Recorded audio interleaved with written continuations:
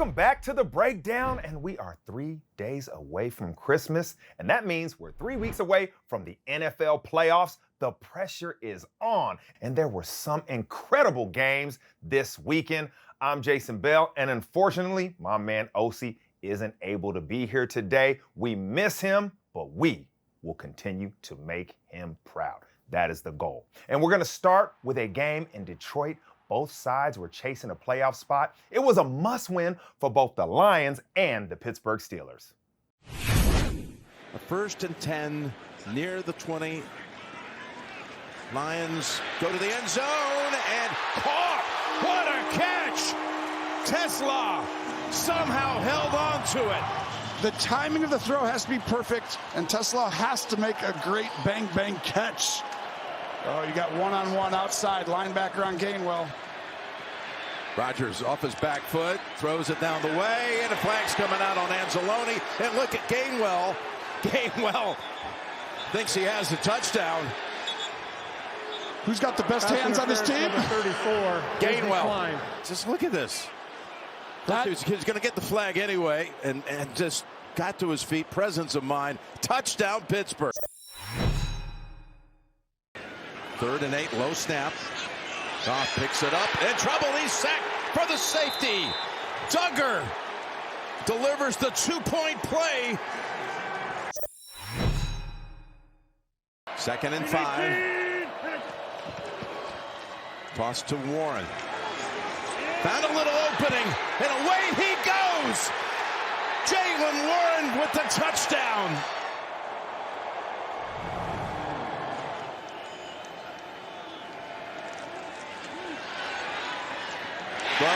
Raymond, 10-5, touchdown Lions. What a 4th down play. Huge play. Warren already ripped off one long run. He's got another one. No one's going to get to him. Gibbs flanking the quarterback. Over to Gibbs. He's wide open. Easy touchdown. Lions are in. Because it's coming. They run Smith behind them, and they toss it to the tight end. Lining up in the backfield, got a flag out as he takes it for about 10 yards. Coons will snap it back, and the kick by Boswell. Oh, no! No good. Amon-Ra in motion. Stay in the game. Got to pick up a first. Down the middle, tip, incomplete. The Steelers make the play. Oh, the flag comes out. 2 of them late. On 1st down. He is dropped with flags down.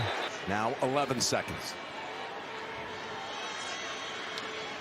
Goff looking, back in the end zone. Oh, incomplete.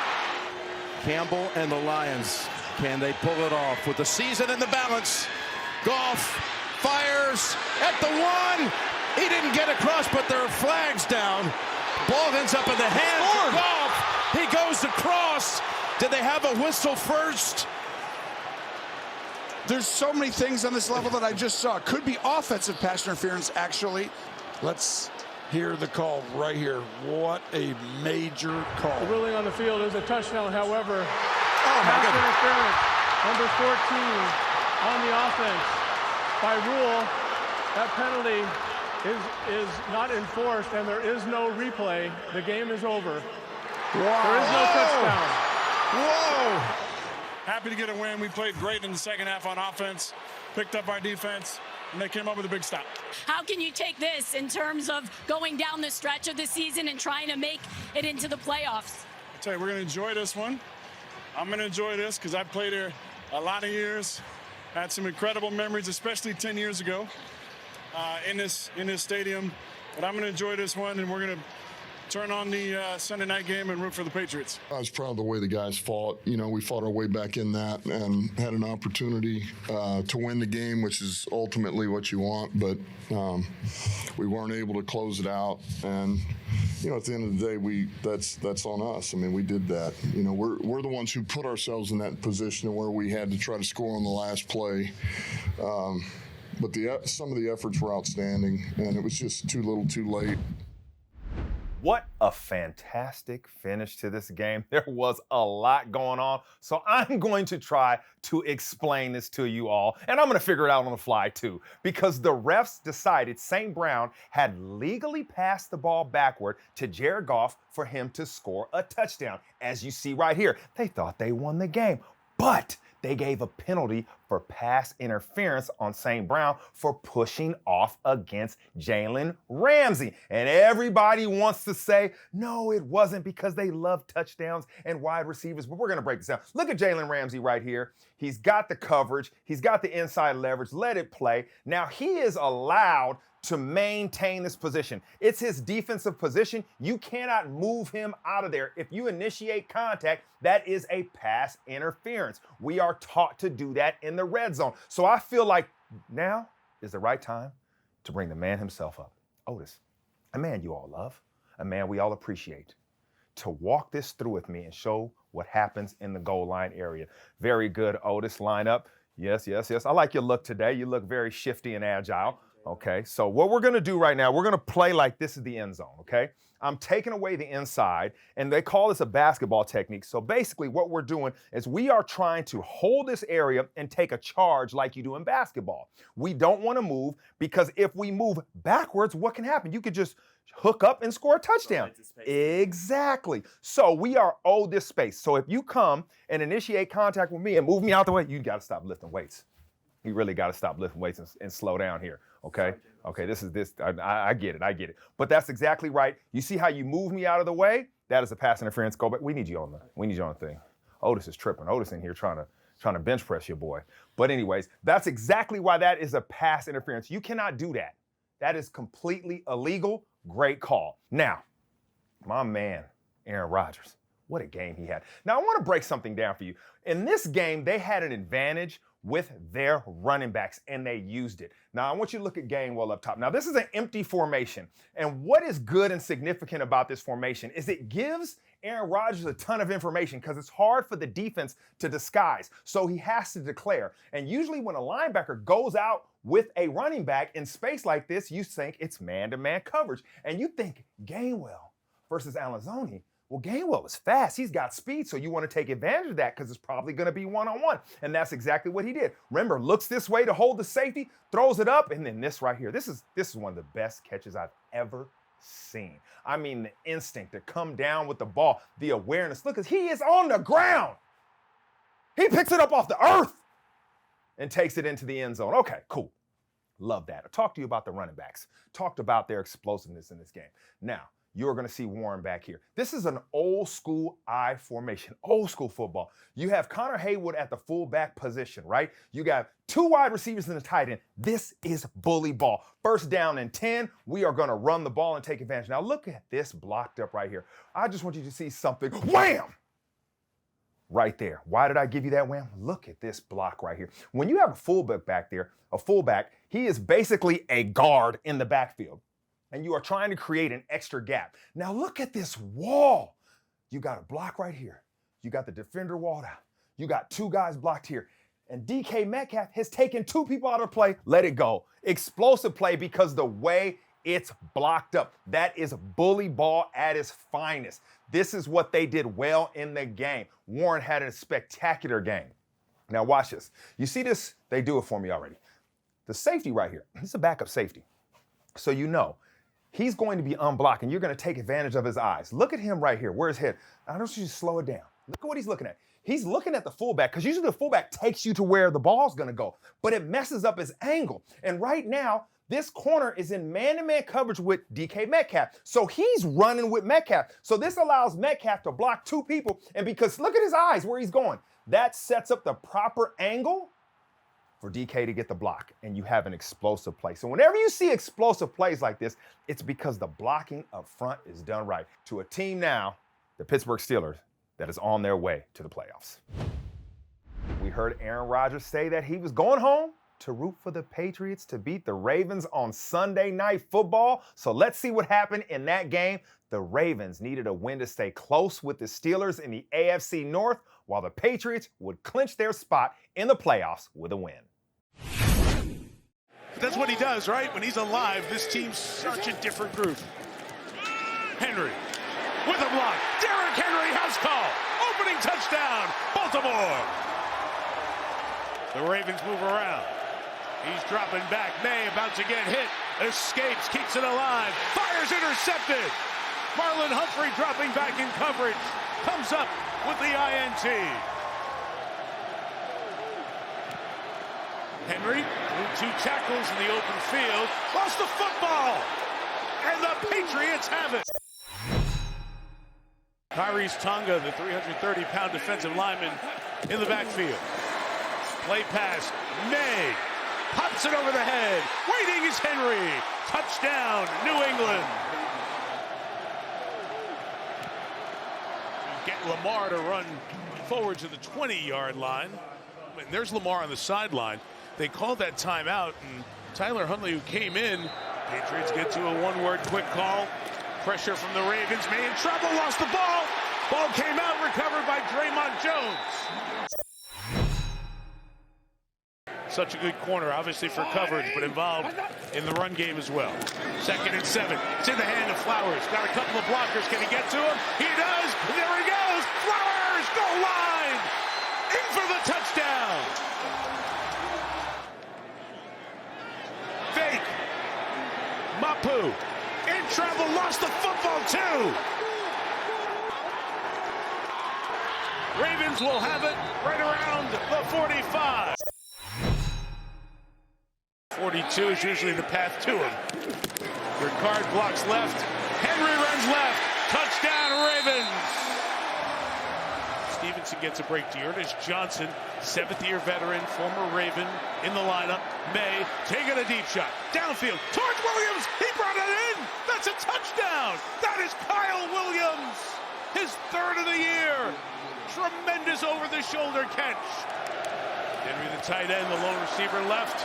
Maye looking that way, nothing open. Throws it in the middle, Stevenson for 2. Patriots down 3, taking over at their own 11. And Drake Maye, 300-yard night, looking to add to it. And he does with Mac Hollins. And dropping coverage, Maye's throws caught this time by Diggs down the sideline. First down, New England. The 21. Stevenson bouncing outside. Ramondre Stevenson with a block by Williams to the end zone. The Patriots take the lead. Touchdown, New England. Huntley looking. Flowers. The best man play. Chase down, knocked out. Patriots recover. It was Caleb Chason who came from behind and forced the fumble. Some Mike Vrabel call that timeout. They are trying to just finely tune this clock management, and wasting more time like this does it. Maye got all the time wasted and the first down, shuts it down before a touchdown, and it is game over. So proud of this team, man. Took everybody. That's what we knew coming into it. You know, our goal this week is win together. And, man, it was together. It felt good getting that one. And I think just props to these guys. You know, keep fighting. We got guys going down, guys coming in, taking, you know, more plays than probably I've ever had, and guys getting tired and pushing through, and defense stepping up, making big plays, forcing fumbles. And we talked about things all week, and we hit some of them. And obviously there's some things that I'd like to have back, but, you know, right now it just feels good to get a win. Babyface Drake Maye. 31 completions for 380 yards, and he had 2 touchdowns. This guy made it happen. He is on the big stage, and he is delivering you. Let's break this down. First of all, I love how aggressive this man is, and I love the play calling that comes with that aggression.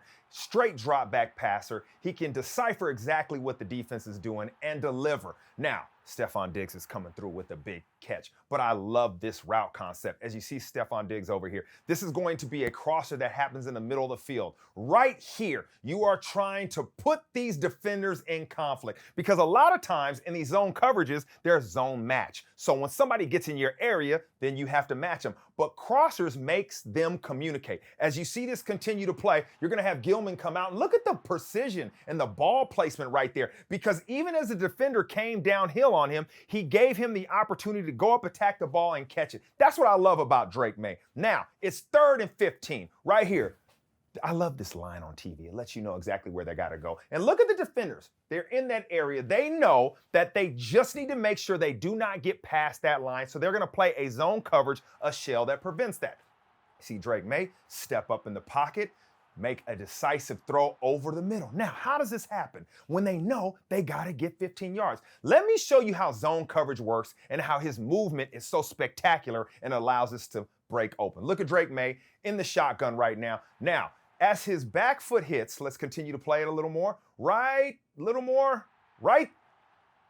there. Okay, cool. That's when the ball should be out. Now look at the zone coverage. Look at how evenly distributed they are, right? Every part of the field is taken away. Nothing is open. This is why extending the play is so valuable. Continue to play it, Otis. As he steps up in the pocket with his eyes down the field, look at how it's broken down. Because zone integrity is by time. The ball is supposed to be out in about 2.5 seconds, 3 at the most. And because he's extended the play, it's broken down. And look who he finds right here. Stephon Diggs coming through. Do you like that, Otis? I love that. You love that, of course, as a receiver, you would. I like it too. Now, this guy's arm is beautiful. It's beautiful. The guy has such touch and delivery, anticipation, all of that. But once again, I love the play design.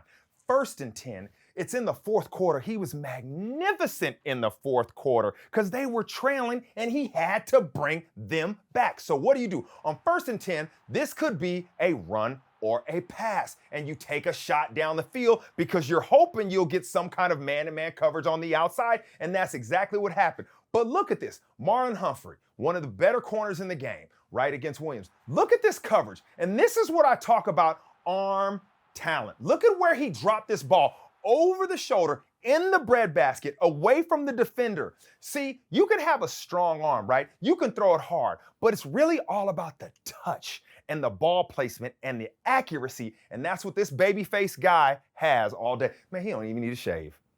Don't even need to shave. Just wakes up like that. All right, it's time to go no huddle for the first time today, starting with a truly unbelievable game on Thursday Night Football. We've had a lot of games of the season contenders this year, but this was the game of the season. With LA leading by 16 points with 8 minutes to go, the Seahawks special teams got them back into it. Rashid Shaheed returned a 58-yard punt return for 1 touchdown, and then Sam Darnold hit a wide open A.J. Bardner for another one. This is fantastic. They went for a 2-point drive to level the score, which fell incomplete, but not so fast. Wait there. Let me consult my rule book again. After a replay, it was ruled a backward pass had been, therefore, a fumble. And because Zach Charbonnet recovered the ball in the end zone, that means the try was successful. 2 points to the Seattle Seahawks. If you're confused, so am I. Into overtime, and Matthew Stafford and Puka Nacua were not done yet. Puka had a career game going for 225 receiving yards and 2 touchdowns, including this one for 41 yards. Back came Seattle again, driving down the field before Darnold found JSN in the end zone. Then they went for 2 to try and win it, and it was a lot more straightforward with Darnold passing to a wide open Eric Saubert. What a game. Seattle 38, Rams 37, game of the year. Whew. Got your breath back? I don't. So let's go to another epic finish between the Packers and the Chicago Bears. Jordan Love left the game with a concussion in the second quarter with Malik Willis stepping in, and he dropped one in the bucket for Romeo Doubs. The Packers were up by 10 points with 2 minutes remaining before the Bears hit a field goal to cut the lead to 7. Nobody recovers the onside kick, right? Well, the Bears did this time. Doubs let the ball slip through his fingers, and Chicago came up with it. 27 seconds left to go. 4th down, perfect time for undrafted rookie Ja'Day Walker to catch his first NFL touchdown. Look at this celebration. Phenomenal. In overtime, Caleb Williams dropped back and launched one for 46 yards down the field to DJ Moore for the win. He deserved to hit the Cole Palmer celebration as the Bears clinched a playoff spot for the first time since 2020. The Bears 22, Packers 16. What a game. The Philadelphia Eagles traveled to Washington on Saturday, and this game was a little more straightforward. Although the Commanders were winning until late in the third quarter when Jalen Hurts tossed one into the end zone for Dallas Goedert, The Super Bowl champions are back in the playoffs. The Eagles 29, the Commanders 18. James Cook had another big day for the Bills against the Cleveland Browns. He's gone over 100 yards rushing in 4 of his last 5 games, and he scored 2 touchdowns this week, including this 44-yard score. Man, this dude is explosive. Myles Garrett needed just 1.5 sacks to break the all-time record in a single season, and he got half by taking down Josh Allen right here. I feel like Josh Allen was like, I'm gonna hook you up because you my homeboy. Cleveland fought their way back into it with Harold Fannin Jr. scoring 2 touchdowns, but the Bills held on to move to 11-4. The Bills 23, the Browns 20. This was a matchup between the NFL's best defense and a quarterback who had thrown 13 interceptions, and it started as you think it would.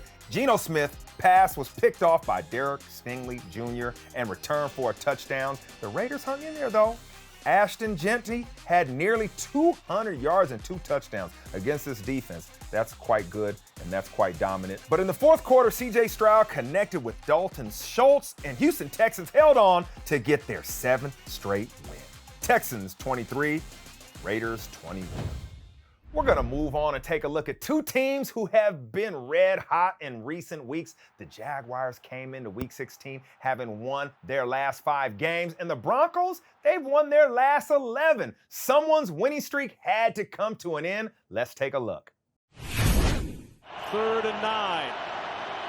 With time, Lawrence looking for help. Lawrence will throw on the run, and he fits it into Parker Washington. 3rd down and 10. Play clock winding down. Just gets the snap.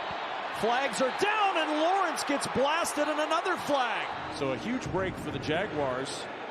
A bigger break that Trevor Lawrence didn't get hurt. 3rd and 3. Lawrence floating for the end zone. Washington with the catch. He had Jaquan McMillan draped all over him and somehow secures it for 6. Mims the motion man. Fake the give to Mims, and Nix will throw. Floats it open. He's got his man Evan Ingram, and the former Jaguar rumbling down the sidelines and out of bounds. The Broncos trying to answer that Jaguar touchdown with one of their own. We start the second quarter, and Nix on the keep with a blocker in front. Nix, a little stutter stepping out of bounds at the 20-yard line. He picks up 12 on 3rd and 5. Nix looking that direction for the end zone, drops it in to Cortland Sutton. It's been Brenton Strange and Parker Washington today. The pitch to Etienne on the edge, breaks a tackle, now weaving into space. Etienne, an ankle tackle, saves the touchdown at the 3. Lawrence looking for Strange to the end zone, diving catch, touchdown Jacksonville.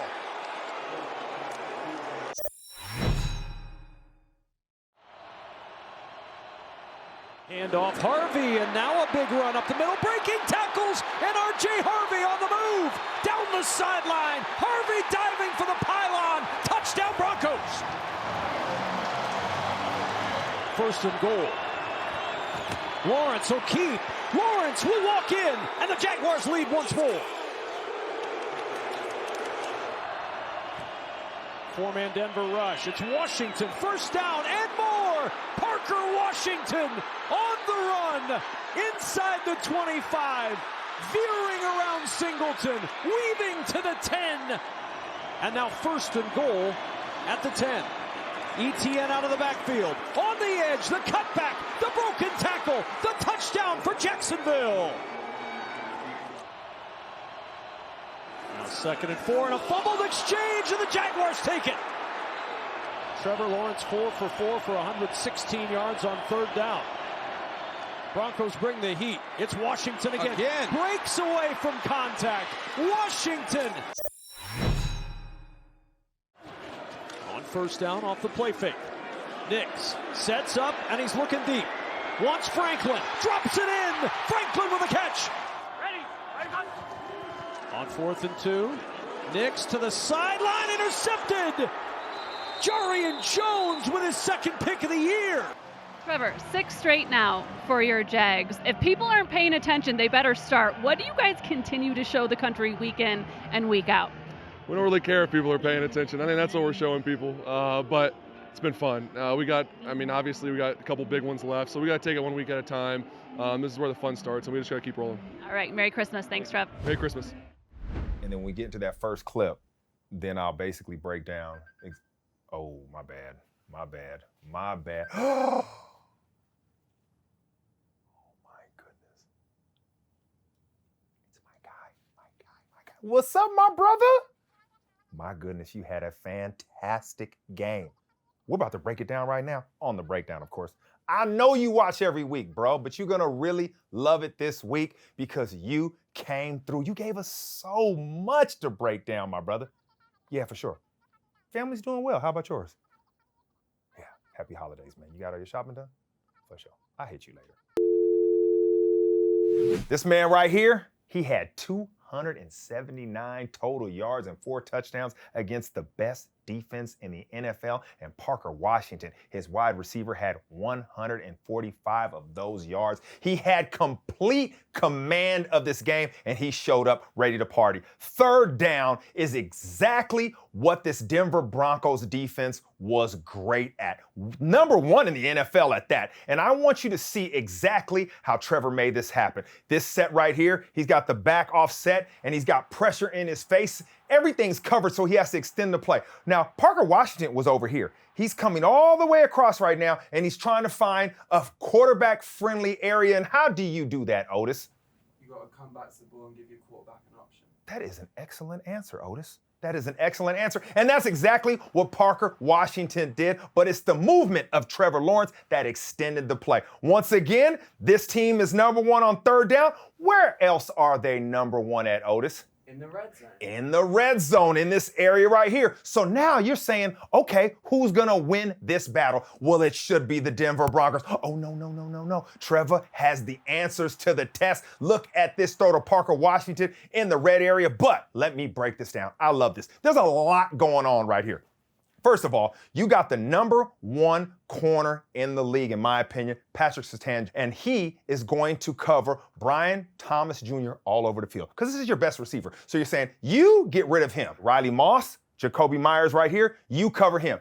Parker Washington is going to be versus your number 3 corner, right? Your slot guy. And now he has outside leverage. He's inside. And look at this release. He is going to threaten. He's going to still get outside. And look where Trevor throws his ball. At the back of the defender's helmet. You throw it right at the back of his helmet so he can't turn around and play the ball in the air. Great route, great throw, all of that on third down in the red area. Okay, Trevor, what else you got for us? It's 3rd and 3. We talked about this defense being great on third down, but this man has the answer to the test. Look how he moves the back over, and you see all of this. Now, they're trying to pressure. He's got this all blocked up. Remember, Trevor's at the line of scrimmage telling them where to go so they can block everything up. He's managed that. Now, you saw, bring that back a little bit. Otis, bring this back. Look at all these guys at the line of scrimmage. This motion is giving him information. As soon as the ball is snapped, look at them drop back into this coverage. And watch him get rid of the ball so quickly, so decisively. And then Parker Washington does the rest. But how does this happen? How does he make everybody miss? Well, first of all, he's a punt returner in the open field. That's why you get him the ball quickly. But look at how decisive they were. These 2 guys are trying to disguise. Take this back. So Riley Moss is trying to drop back into this half, right? And Hufanga's going to play this flat. But he got rid of the ball, Trevor Lawrence, so quick that they had to react, and it's too much space. Now, Riley Moss is doing a good job. He's going for what shoulder, Otis? The upfield shoulder. He's going for this upfield shoulder. Parker Washington knows that. Hufanga's too late inside. He just flips his hips and takes advantage of that. So that's just great awareness and being able to make people miss in the open field. But it's Trevor Lawrence diagnosing exactly what the defense is doing, getting rid of the ball quickly. Trevor Lawrence and the Jacksonville Jaguars beat the best defense at their own game. My goodness, the AFC is wide open for the playoffs. And if you can't tell me this team can't go far in the playoffs. Trevor, I'll call you later. You see your boys working? You see them working. It's time for the most anticipated feature game this week. It was the Tampa Bay Buccaneers versus the Carolina Panthers. Now, I'm laughing, but both of these teams started the week at 7-7, and they play each other twice in their final 3 weeks to decide the division. This could be interesting.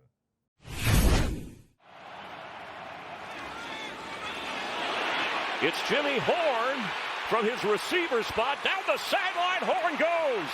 Spinning down to the 25-yard line of Tampa Bay. Pickup of 25 yards. The Buc defense reeling from that Atlanta defeat a week ago Thursday, getting run over there as Dowdle gets a carry, and Rico Dowdle has got a first down, powering his way inside the 15 of the Bucs. From 27 yards away, the kick is up and through. Throwing for the end zone, Mike Evans. Touchdown! That's a Buccaneer touchdown!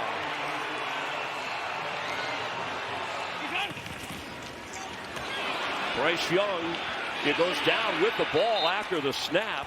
I don't know if he tripped on his own feet as Servacio Dennis brought him down. Bottom of your screen is McMillan with Jamel Dean covering him. Doesn't look like he has help. Going that way, McMillan in the end zone. He's got it! And that's going to be a Panthers touchdown! Bryce Young had him all the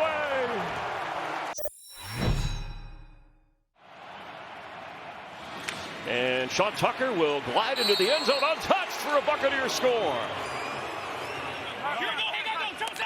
3rd and a yard. Young, it looks like he's going to throw, and he will.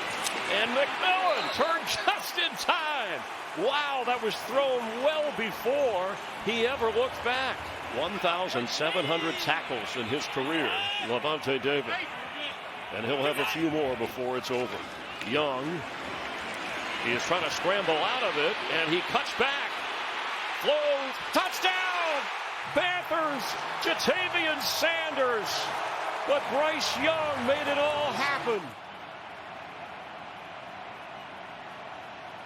Cameron Johnson on the return, and he shakes loose. Johnson can fly, gets past the kicker, Fitzgerald, and all the way inside the 45 of Carolina. The kick is up, and he nails it. Top spot in the division on the line in late December. Wanted the ball. Here comes the blitz. He's going to throw it deep for Coker, and he hauls it in. There's a flag. And it looked like there was a push or a shove over there. 48-yard try for the lead. Fitzgerald, the rookie, already has 3 game-winning field goals, 3 walk-offs. This for the lead from 48. And he is money for the Panthers. 2nd down 4. He's going to get out of it, and Baker's going to run and keep on running across the 30, across the 40, and out of bounds. What a play by Baker Mayfield. Mayfield throws, and it's intercepted. It's a takeaway for the Carolina Panthers. How does it feel to be in first place with 2 weeks to go here? Yeah, it feels great, and it'll feel great for the next 24 hours. After that, it's not going to matter. What is this, week 16, 17? That's not when the playoff starts. So there's still a lot more work to be done. There's still a lot more football to be played. Again, 24-hour rule, we'll celebrate this one, but we know that we have to refocus. Carolina fans, I never said I didn't like Bryce Young. So come here, my brother, come here. He's a good guy. I like Bryce Young. I met him when he was working out, getting ready for the combine, and got drafted in the 1st round. So I'm a fan of his. And it's also because he has 12 game-winning drives in the 4th quarter and overtime, and he's got the most of any quarterback in that period. Now, the Panthers, they got to beat Seattle next week to win their division. So it's still on them, but he has played himself into a future position, at least next year, as the quarterback for the Carolina Panthers. All right, enough of that Carolina love. Let's round up the rest of the weekend's action, starting with the Chargers trip to Dallas. Justin Herbert continued to look great despite having a broken hand. He carved up the Dallas Cowboys before Christmas. He had 300 passing yards through 2 touchdowns while adding 42 yards on the ground and rushing for a score too. The Chargers are heading towards the playoffs. Should Herbert be heading into the MVP conversation? The Chargers 34, the Cowboys 17. Of course I was being dramatic. The Kansas City Chiefs are already eliminated from playoff contention. They were blown out by the Tennessee Titans. Imagine saying that sentence a few weeks ago. The Chiefs suffered their second quarterback ACL tear in 2 weeks as Gardner Minshew went out in the second quarter. For the Titans, they got a feel-good win and a nice performance by Cam Ward. He had 228 yards and 2 touchdowns as Tennessee pick up their 3rd win of the season. Hey, you gotta get the wins when you can. The Titans 26, the Chiefs 9. I know, I can't believe I just said that. The Minnesota Vikings are not heading to the playoffs, but they are on a 3-game winning streak after beating the New York Giants. In a battle between 2 young quarterbacks, Jackson Dart had just 33 passing yards the whole game. And J.J. McCarthy didn't do much better before leaving the game with a hand injury, but he did make it to the end zone with a scramble for a 12-yard score. The Vikings 16, the Giants 13. We're gonna get a new head coach for the Giants, so I'm just waiting to hear about that. After being eliminated from playoff contention last week, the Dolphins benched Tua. It's time to move on. Quinn Ewers is the new quarterback for the rest of the season, and he threw for 260 yards and 2 interceptions, but this game was all about the Bengals offense. It's been a frustrating year for Joe Burrow, and he took it out on the Dolphins. He threw for 309 yards and 4 touchdown passes. 2 of those were to Chase Brown, part of the 3rd quarter hat trick for the running back. Bengals 45 to the Dolphins 21. At this time of the year, fans of bad teams have to ask themselves, do you want to lose games to improve your draft position or win games to show something for the future? Well, the Jets continue to improve their draft position as they drop to 3-12 while the Saints have now won 3 games in a row. Let's check in on Charlie Smith.